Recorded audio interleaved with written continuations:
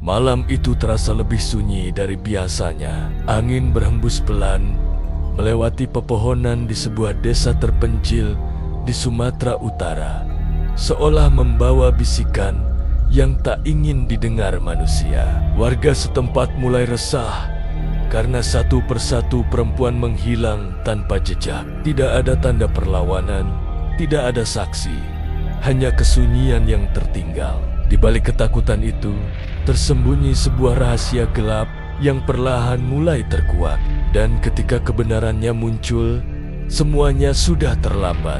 Nama Ahmad Suraji mulai berbisik dari mulut ke mulut. Ia dikenal sebagai seorang dukun yang konon memiliki kemampuan supranatural luar biasa. Banyak orang datang kepadanya dengan harapan ingin cepat kaya, ingin mendapatkan cinta, atau sekadar memperbaiki nasib. Dengan wajah tenang dan kata-kata meyakinkan, ia membuat setiap tamunya percaya bahwa ritual yang ia lakukan adalah jalan menuju keinginan mereka. Namun ritual yang ditawarkan bukanlah hal biasa. Para korban diminta datang pada malam hari, saat dunia terasa paling sunyi. Mereka dibawa ke sebuah lokasi terpencil, jauh dari pemukiman warga. Di sana, mereka diminta menggali lubang di tanah lubang yang konon menjadi media untuk menyerap energi gaib. Tidak ada yang curiga. Semua percaya ini bagian dari proses spiritual yang harus dijalani. Satu persatu korban masuk ke dalam lubang tersebut. Tanah yang dingin menyentuh tubuh mereka, sementara Suraji berdiri di atas, membaca mantra-mantra yang terdengar asing. Korban diminta berbaring dengan posisi tertentu, mata tertutup, dan tubuh pasrah. Dalam keheningan malam, hanya terdengar suara napas dan bisikan ritual. Sampai tiba-tiba semuanya berubah menjadi mimpi buruk yang tak terbayangkan. Di saat korban berada dalam kondisi paling rentan, Suraji melancarkan aksinya. Tanpa ampun, ia mencekik korban hingga kehilangan nyawa. Tidak ada teriakan yang terdengar jauh, hanya suara teredam yang tertelan oleh gelapnya malam.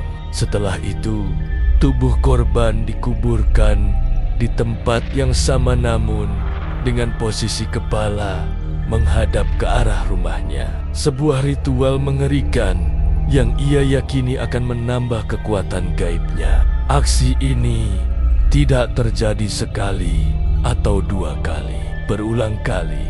Dengan pola yang sama, korban terus bertambah. Desa yang awalnya tenang perlahan berubah menjadi tempat penuh misteri. Orang-orang mulai bertanya, namun tidak ada yang benar-benar mengetahui apa yang terjadi.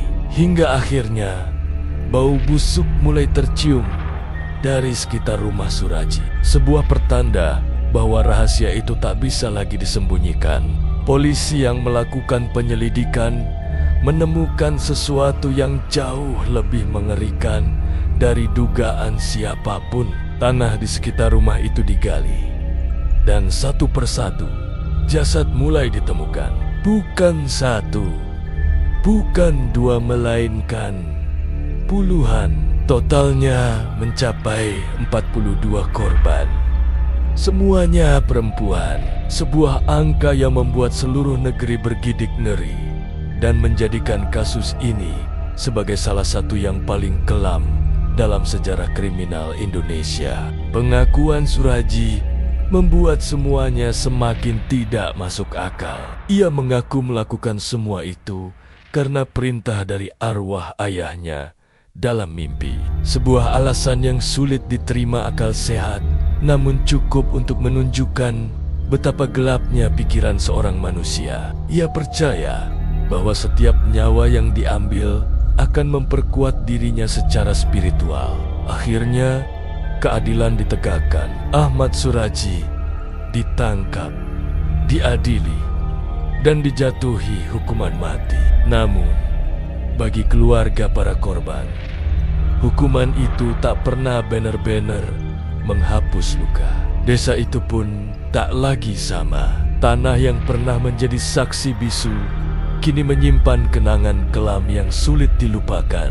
Kisah ini bukan sekadar cerita horor. Ini adalah kenyataan yang pernah terjadi. Sebuah pengingat bahwa kejahatan bisa bersembunyi di balik wajah yang terlihat biasa. Dan hingga kini, ketika malam tiba dan angin berhembus pelan, sebagian orang percaya bahwa bisikan dari masa lalu itu masih ada, menunggu untuk didengar oleh mereka yang berani.